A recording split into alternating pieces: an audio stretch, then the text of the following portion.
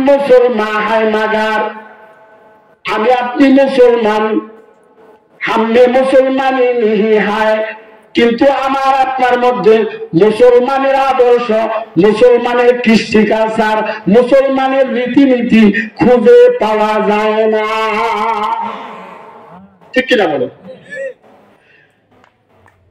हमने ईमान है मगर हमारा अपनार मध्य किछु ना किछु ईमान आछे हम मुमिने कामिल नहीं है किंतु आमी अपनी परिपूर्ण मुमिन नয় परिपूर्ण मुमिन नয়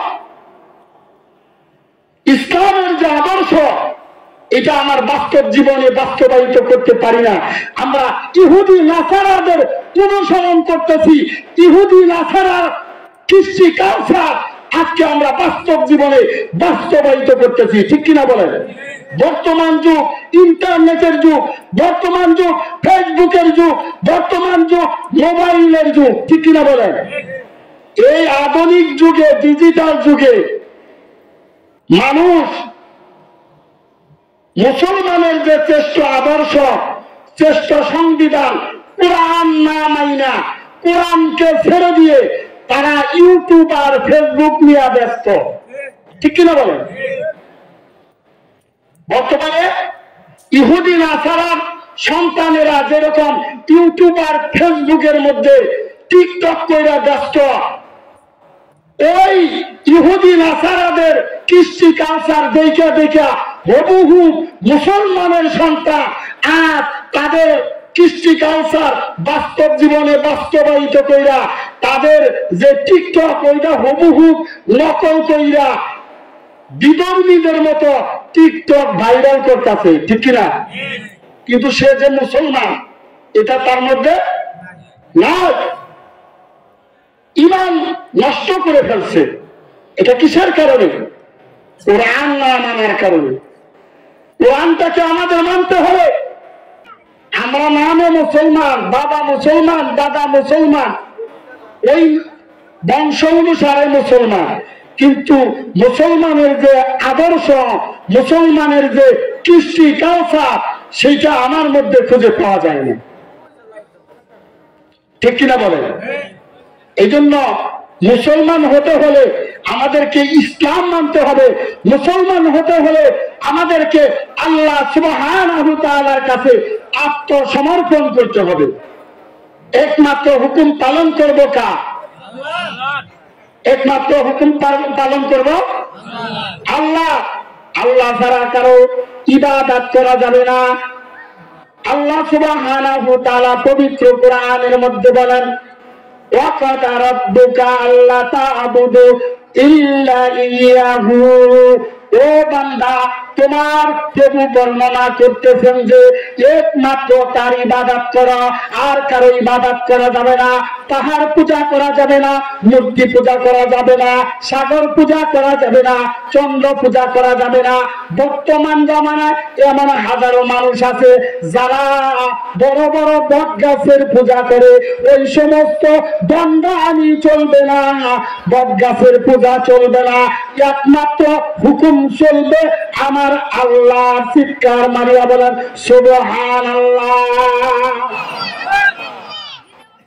একমাত্র হুকুম পালন করবো কার আল্লাহ আল্লাহর হুকুম মাইনা নবীর তরিকা মাইনা যদি আমরা কবরে যাইতে পারি কবরটা আমার আপনার জান্নাতের বাগান হয়ে যাবে আল্লাহ সুবহানাহু ওয়া তাআলা বলছেন যে মাউত আল্লাহ মৌত সৃষ্টি করছেন এবং হায়াত দিচ্ছেন আজকে মৃত্যু সম্পর্কে কিছু কথা বলবো আল্লাহ সুবহানাহু ওয়া তাআলা আমাকে বলা এবং আপনাদেরকে আমলের নিয়তে শোনার তৌফিক দান করেন বলেন আমিন মৃত্যু একটা চিরন্তন সত্য ঠিক কিনা বলেন মৃত্যুকে অস্বীকার করার মতো কোন সুযোগ নাই কোন স্কোপ নাই আসেনি কারণটা কি কারণ হইল প্রতিনিয়ত আমার আপনার বাবা দুনিয়া থেকে চলে যাচ্ছে, আমার আপনার মা দুনিয়া থেকে চলে যাচ্ছে,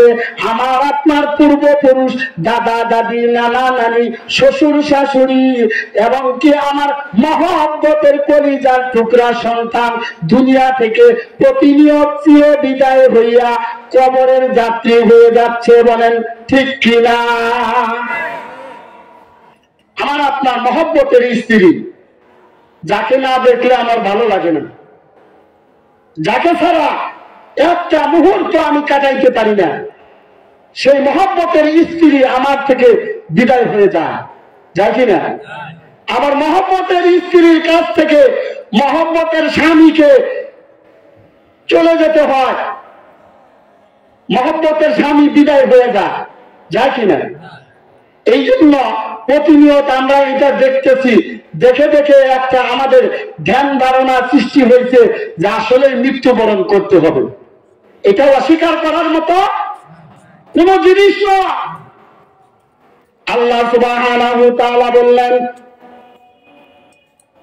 কুল্লু নাফসিন যায়িকাতুল মাউত সুম্মা ইলাইনা তুরজাউন।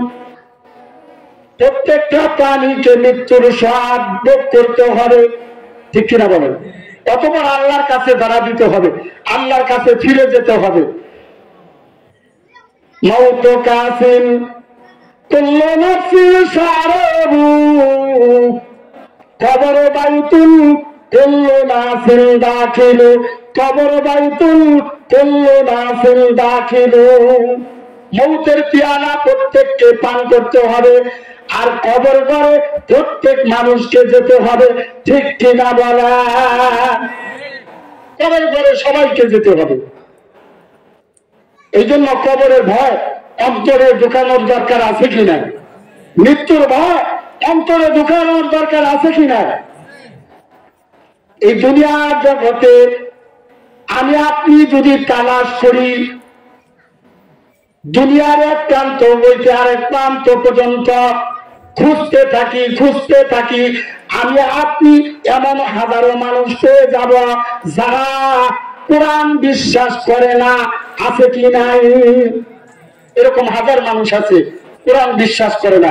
আমি আপনি যদি খুঁজতে থাকি, তালাশ করতে থাকি, দুনিয়ার এক প্রান্ত থেকে আরেক প্রান্ত পর্যন্ত এমন অনেক হাজারো মানুষ পেয়ে যাব যারা আমার নবীকে বিশ্বাস করে না, ঠিক কিনা বলেন? আবার হাজারো মানুষ পেয়ে যাব যারা জান্নাত জাহান্নাম বিশ্বাস করে না।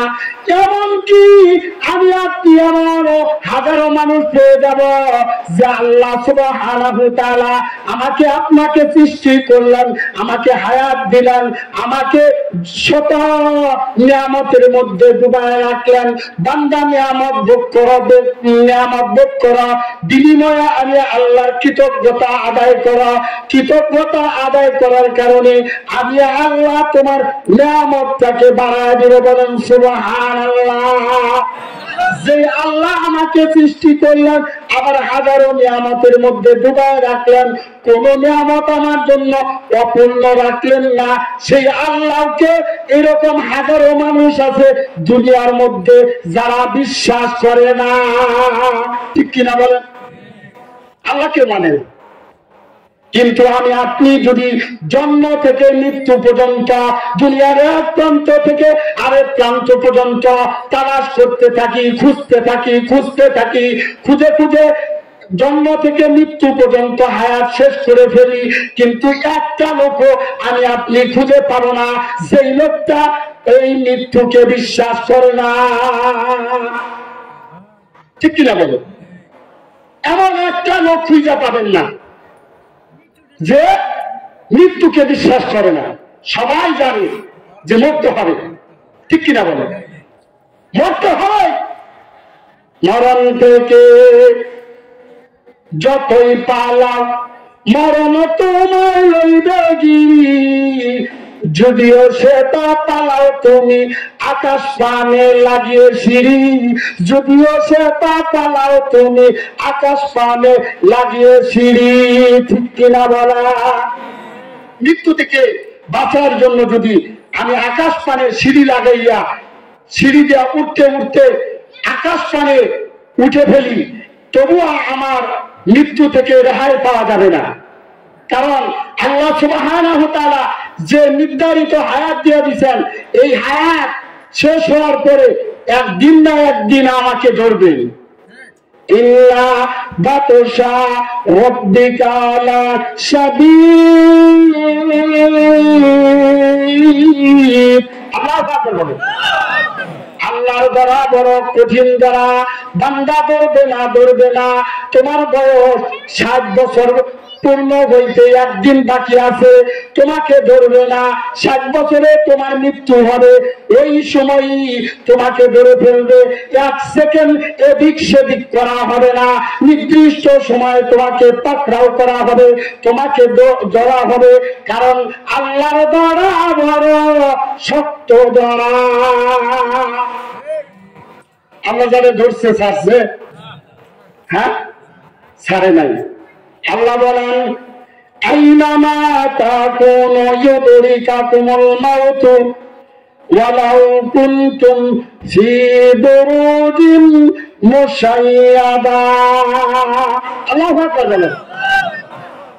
ও বান্দা, ও আমার বান্দি, আইনামা তাকুনু, তোমরা যেখানেই থাকো না কেন, যেখানেই অবস্থান করো না কেন, ইউদরিকাকুমুল মাউত, মৃত্যু তোমাদেরকে ধরবেই, পাকড়াও করবেই। ওয়ালাউ কুনতুম ফি বুরুজিন মুশাইয়াদা, যদি তুমি মৃত্যু থেকে বাঁচার জন্য এমন একটা মজবুত কেল্লা তৈরি করো, যেই কেল্লার মধ্যে, যেই বিল্ডিং এর মধ্যে উপরে ছাদ, চতুর্দিকে এরকম ওয়াল, ওখানে ঢোকার মতো এক বিন্দু মাত্র জায়গা নাই, সুই পরিমাণ জায়গা বাদ নাই যে ওখান থেকে ওখানে কেউ ঢুকতে পারবে। আল্লাহ বলেন বান্দারে, তুমি যেখানে অবস্থান করো না কেন, যেখানেই থাকো না কেন, তোমাকে মৃত্যু ধরবে।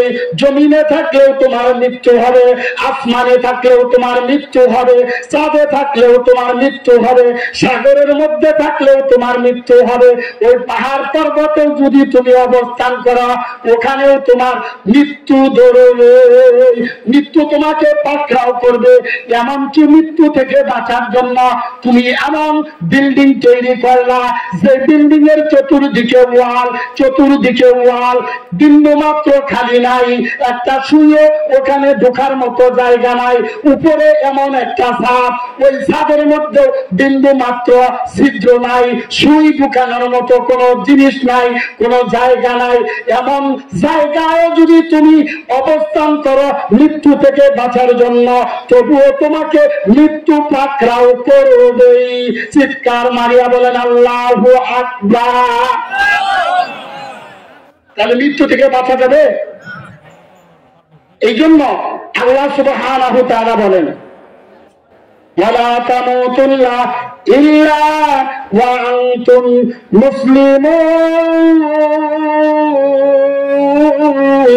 আল্লাহু আকবার বলেন ওয়ালা তামুতুন্না, তোমরা মৃত্যুবরণ কইরো না, কবরে আইসো না, ইল্লা ওয়া আনতুম মুসলিমুন, মুসলমান না হয়ে। আমরা তো সবাই মুসলমান, আবার মুসলমান না হইয়া কবরে যাইতে বলছেন, তার মানে কি? আমরা নামে মুসলমান, বাবা মুসলমান, দাদা মুসলমান, ওই বংশ অনুসারে মুসলমান, কিন্তু মুসলমানের যে আদর্শ, মুসলমানের যে কৃষ্টি কালচার, সেইটা আমার মধ্যে খুঁজে পাওয়া যায় না। ঠিক কিনা বলেন? এই জন্য মুসলমান হতে হলে আমাদেরকে ইসলাম মানতে হবে, মুসলমান হতে হলে আমাদেরকে আল্লাহ সুবহানাহু ওয়া তাআলার কাছে আত্মসমর্পণ করতে হবে। একমাত্র হুকুম পালন করব কার? একমাত্র হুকুম পালন করব আল্লাহ। আল্লাহ ছাড়া কারো ইবাদত করা যাবে না। আল্লাহ সুবহানাহু ওয়া তাআলা পবিত্র কোরআনের মধ্যে বলেন ওয়াকাদা রাব্বুকা আল্লা তা'বুদু ইল্লা ইয়াহু। ও বান্দা, তোমার প্রভু বর্ণনা করতেছেন যে একমাত্র তার ইবাদত করা, আর কারো ইবাদত করা যাবে না। পাহাড় পূজা করা যাবে না, মূর্তি পূজা করা যাবে না, সাগর পূজা করা যাবে না, চন্দ্র পূজা করা যাবে না।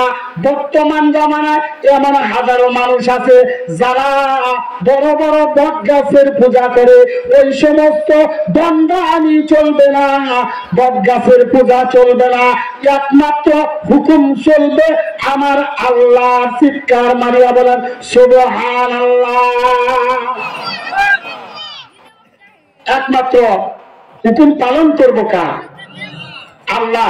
আল্লাহর হুকুম মাইনা, নবীর তরিকা মাইনা যদি আমরা কবরে যাইতে পারি, কবরটা আমার আপনার জান্নাতের বাগান হয়ে যাবে। সুবহানাল্লাহ। এটা কি আমার কথা না কোন মৌলবী মাওলানার কথা? আল্লাহর হাবিব বলেন, قال النبي صلى الله عليه وسلم القبر روضة من رياض الجنة أو حفرة من حفر النار أو كما قال عليه الصلاة والسلام। রাসূলুল্লাহ সাল্লাল্লাহু আলাইহি ওয়াসাল্লাম বলেন, ও আমার সাহাবারা গো, এই যে কবরটা দেখতেছ, এই কবরটা কিন্তু কবর নয়, এই কবরটা কিন্তু কবর নয়।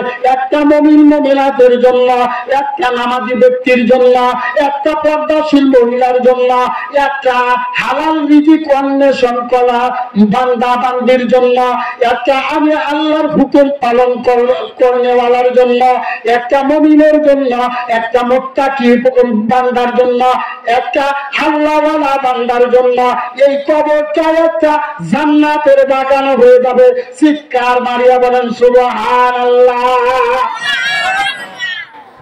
যারা দুনিয়াতে আল্লাহর হুকুম মানবে, নবীর তরিকা অনুযায়ী জিন্দেগি চালনা করবে, কোন নবী? সাইয়্যিদুল মুরসালিন, ইমামুল মুত্তাকিন, রাহমাতাল লিল আলামিনের আদর্শ বাস্তবায়িত করবে। আর ইমামুল আউয়ালিন ওয়াল আখিরিন, বহরে সাদাকা রাহমাতাল লিল আলামিন, সাইয়্যিদুল কাউনাইন, খাতামুল মুরসালিন, আখির আবদ বুদ ফাকরুল আউয়ালিন, সুবুজুদাত রাহমাতাল লিল আলামিন, মসজিদ শুধু আমারা এ জমিন। চিৎকার মারিয়া বলেন সুবহানাল্লাহ। কোন নবীর আদর্শ আমরা ফলো করব, কোন নবীর আদর্শ আমরা বাস্তব জীবনে বাস্তবায়িত করব? বাবা, যেই নবী দুনিয়ার জন্য রহমত, আসমানের জন্য রহমত, পাহাড়ের জন্য রহমত, সাগরের জন্য রহমত, এবং কি জঙ্গলের মধ্যে যত হায়ান জানোয়ার আছে তাদের জন্য রহমত, যেই নবী গর্তের পিপিলিকা থেকে শুরু করে সমুদ্রের মাছ পর্যন্ত যত সৃষ্ট জীব আছে সমস্ত সৃষ্ট জীবের জন্য রহমত, যেই নবী আমরা মানুষের জন্য রহমত, যেই নবী ওই রকম জিন ইনসানের জন্য রহমত। চিৎকার মারিয়া বলেন সুবহানাল্লাহ। আমার নবী সাধারণ নবী নয়, যেই নবীর কথা অন্তরে অন্তরে চিন্তা করলে, যেই নবীর প্রতি দরুদ পড়লে আল্লাহ সুবহানাহু ওয়া তাআলা আমার আপনার উপর 10টা রহমত নাযিল করেন। বলেন সুবহানাল্লাহ। সেই নবীর খাতিরে বাবা, সেই নবী সাধারণ কোন নবী নয়, ওই নবীর খাতিরে আমার আপনার মর্যাদা বৃদ্ধি হয়েছে। আমরা খায়রে উম্মত, শ্রেষ্ঠ উম্মত হিসেবে উপাধি পাইছি। ঠিক কিনা বলেন? শুধু তাই নয় রে বাবা, এই জমিনটা আল্লাহ সুবহানাহু ওয়া তাআলা ওই নবীর খাতিরে নামাজের জায়গা বানায় দিয়েছেন, মসজিদ বানায় দিয়েছেন। বলেন সুবহানাল্লাহ। হযরত আদম আলাইহিস সালাতু ওয়াস সালাম থেকে শুরু করে যত নবী রাসূল আছেন, সমস্ত নবীর উম্মতেরা একটা নির্দিষ্ট জায়গায় যায় সিজদা করলে তাদের নামাজ কবুল হইত। ঠিক কিনা বলেন? কিন্তু আল্লাহ সুবহানাহু ওয়া তাআলা আমাদের এই পৃথিবীটা, এই সারা বিশ্বটা এই জমিনটাকে আল্লাহ সুবহানাহু ওয়া তাআলা সেজদার জায়গা বানায় দিয়েছেন, মসজিদ বানায় দিয়েছেন ওই নবীর খাতিরে। চিৎকার মারিয়ে বলেন সুবহানাল্লাহ। আমি আপনি যদি মসজিদে নামাজ আদায় করি হয়ে যাবে, আমি আপনি যদি ওই সাগরের মধ্যে জাহাজের মধ্যে নামাজ আদায় করি নামাজ আদায় হয়ে যাবে। আমি আপনি যদি পাহাড়ের চূড়ায় বৈশা বৈশা নামাজ আদায় করি নামাজ আদায় হয়ে যাবে। আমি আপনি যাতায়াত করতেছি যানবাহনের মধ্যে গাড়ির মধ্যে আছি, আমি আপনি যদি ইশারায় ওই জায়গায় নামাজ আদায় করি নামাজ আদায় হয়ে যাবে। আবার এখন বর্তমান জামানায় ডিজিটাল যুগে বিমানে যাতায়াত করে কিনা, ওই বিমানের মধ্যে যদি আমি আপনি নামাজ আদায় করি নামাজ আদায় হয়ে যাবে। এমনকি বর্তমান জামানায় মানুষ জ্ঞানকে রিসার্চ কইরা চাঁদে ভ্রমণ করেছে। চাঁদের মধ্যে যদি আমি আপনি যাই, ওই চাঁদের মধ্যে যাও যদি আল্লাহ সুবহানাহু ওয়া তাআলার কুদরতি পায়ের মধ্যে সিজদা করি, ওই সিজদা আমার আল্লাহ কবুল করে নিবেন। বলেন মারহাবা। এটা কি কারণে জানেননি? আমরা শ্রেষ্ঠ নবীর শ্রেষ্ঠ উম্মত হওয়ার কারণে। সেই শ্রেষ্ঠ নবীর শ্রেষ্ঠ উম্মত, কিন্তু আমরা শ্রেষ্ঠ নবীর আদর্শকে ছেড়ে দিয়া, শ্রেষ্ঠ নবীর নীতিমালাকে ছেড়ে দিয়া, কোরআনের আইনকে ভুলে গিয়ে কোরআনের সংবিধানকে বাস্তব জীবনে বাস্তবায়িত না কইরা ইহুদি নাসারের কালচার আমরা বাস্তব জীবনে বাস্তবায়িত করতেছি। ঠিক কিনা বলেন? আমরা কিভাবে মুসলমান দাবি করি? এই জন্য আল্লাহ সুবহানাহু ওয়া তাআলা বলছেন ওয়ালা তামুতুন্না ইল্লা ওয়া আনতুম মুসলিমুন, তোমরা মুসলমান না হইয়া কবরে এসো না। ঠিক কিনা বলেন? দাড়ি রাখছি মনে করতেছি আমি মুসলমান, লম্বা জামা পরিধান করছি মনে করতেছি আমি মুসলমান। না, আমার আপনার মধ্যে যতক্ষণ পর্যন্ত নবীর আদর্শ, নবী যেভাবে জীবন বাস্তবায়িত করছেন ওইভাবে যতদিন পর্যন্ত আমি আপনি না চলবো, যতদিন কোরআন না মানব, যতদিন হাদিস অনুসরণ না করব, ততদিন আমি আপনি পরিপূর্ণ মুসলমান হইতে পারবো না। এই জন্য আমাদেরকে কোরআনের কথা শোনা দরকার, কোরআনওয়ালার কাছে আসা দরকার, আলেম ওলামার সম্মান ইজ্জত করা দরকার। আমার আপনার সন্তানকে কোরআনের হাফেজ, কোরআনের আলেম বানানোর দরকার। ঠিক কিনা বলো? কারণ আল্লাহ সুবহানাহু ওয়া তাআলা আমাদেরকে এই সন্তান দিয়েছেন, এটা একটা নিয়ামত। এই সন্তান যখন আলেম হবে, কোরআনের হাফেজ হবে, যখন আমার মৃত্যুর পর কবরের পাশে দাঁড়াইয়া আল্লাহ পাক রব্বুল আলামিনের পবিত্র কোরআন তিলাওয়াত করিয়া আল্লাহর কাছে বলবেন, আল্লাহ পাক যে দোয়া শিখায় দিয়েছেন, ও বান্দা পড়া রব্বিরহামহুমা কামা রাব্বায়ানি সগীরা। যখন আমার আপনার সন্তান আমার আপনার মৃত্যুর পর কবরের পাশে দাঁড়াইয়া এই দোয়া করবে, আল্লাহ বলেন বান্দারে বান্দারে সে ডাক, তোর একটা সন্তান আমি দান করছি, ওই সন্তানটা কোরআন শিখছে, কোরআন শিখার পর তোর মৃত্যুর পর কবরের পাশে দাঁড়াইয়া বলে রব্বিরহামহুমা কামা রাব্বায়ানি সগীরা। ও আল্লাহ, তুমি আমার বাবাকে, তুমি আমার মাকে ওইভাবে লালন পালন করো যেইভাবে আমাকে আমার বাবা আমার মা ছোট সময় লালন পালন করত। আমি দাঁড়াইতে পারতাম না, আমি কথা বলতে পারতাম না, আমার ক্ষুধা লাগতো বলতে পারতাম না মা খানা দাও, আমি প্রস্রাব পায়খানা করে দিতাম, মা বাবা আমার খেদমত করত, আমাকে গোসল ধোয়াইয়া দিত, আমাকে পোশাক পরাইয়া দিত, আমাকে খাওয়াইয়া দিত, আমাকে আরামে ঘুম পাড়াইত। এমনকি আমার মা আমার পাশে শুয়ে থাকতো, হঠাৎ করে প্রস্রাব করে দিয়েছি, মা ভিজা জায়গায় শুয়ে থাইকা তার আঁচল দিয়ে আমাকে জড়াইয়া রাখত। ওই ছোটবেলায় আমার মা বাবা আমাকে যেরকম ভাবে লালন পালন করছে, আল্লাহ গো তোমার শিখানো দোয়া আমি পড়লাম। আল্লাহ বাবা মা যেরকম ভাবে আমাকে আপনাকে যেরকম ভাবে লালন পালন করছে, ওইভাবে তুমি তাদেরকে লালন পালন করো। আল্লাহ বলেন বান্দারে জেনে নি, বান্দারে শুনে নি, তোর সন্তান হাত বাড়াইতে দেরি, আমি আল্লাহ তোর জীবনের গুনাহ মাফ করতে দেরি করব না। চিৎকার মারিয়া বলেন সুবহানাল্লাহ।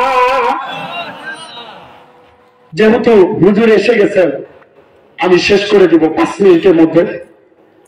এই জন্য আমাদেরকে কবরটাকে শান্তিময় বানানোর জন্য আমার ছেলে মেয়ে কোরআন শেখানোর দরকার আছে কিনা?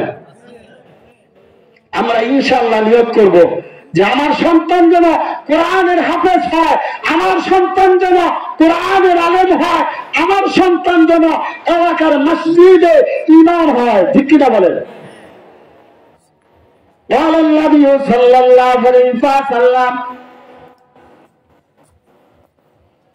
تموتون كما يحيون وتحشرون كما تموتون।